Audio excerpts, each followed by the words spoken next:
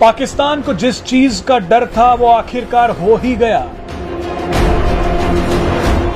पाकिस्तान पहले से ही आर्थिक और राजनीतिक रूप से बर्बाद हो चुका है, लेकिन अब जो हुआ है उसने न केवल पाकिस्तान बल्कि चीन को भी हिलाकर रख दिया है।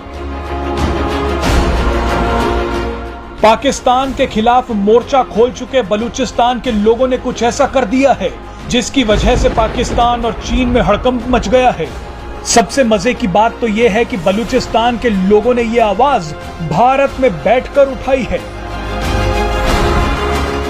दरअसल बलूचिस्तान की एक बड़ी महिला नेता नायला कादरी भारत पहुंच गई।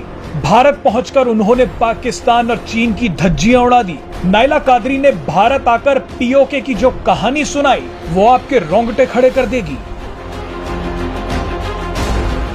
उन्होंने कहा कि बलूचिस्तान में गृह युद्ध चल रहा है, आजादी के लिए संघर्ष जारी है।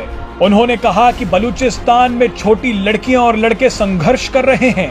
वो यहीं नहीं रुकी, इसके बाद तो उन्होंने जो कहा वो आपको हैरान कर देगा। नायला कादरी ने कहा कि मैं भारत से पाकिस्तान नामक आतंकवाद के केंद्र को समाप्त करने के लिए बलूचिस्तान के साथ हाथ मिलाने का आग्रह करती हूं। नायला कादरी ने चीन पाकिस्तान इकोनॉमिक कॉरिडोर यानी सीपेक के बारे में भी कई खुलासे किए। उन्होंने कहा कि ये कॉरिडोर बलूचिस्तान के लोगों के लिए मौत के फरमान जैसा है। नायला कादरी ने कहा कि सीपेक कोई इकोनॉमिक प्रोजेक्ट नहीं बल्कि एक सैन्य प्रोजेक्ट है। किसी भी देश को यह अधिकार नहीं है कि वो बलोच के बंदरगाहों को बेच दे। वो हमें चीनी और पाकिस्तानी बस्तियों के निर्माण के लिए पुश्तैनी जमीन से विस्थापित कर रहे हैं। आपको याद दिला दें कि साल 2016 में नायला कादरी का बयान काफी सुर्खियों में आया था। बलूचिस्तान की इस महिला नेता ने बयान दिया था कि भारत के प्रधानमंत्री नरेंद्र मोदी उनके लोगों के भी हीरो हैं।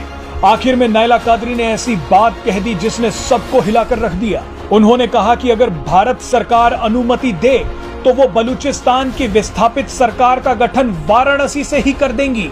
तो बलूचिस्तान की निर्वासित सरकार का गठन वाराणसी में ही किया जाएगा। उन्होंने प्रधानमंत्री नरेंद्र मोदी की जमकर तारीफ की। उन्होंने कहा कि अगर बलूचिस्तान आजाद होता है तो वहां भारत के प्रधानमंत्री नरेंद्र मोदी की प्रतिमा लगेगी।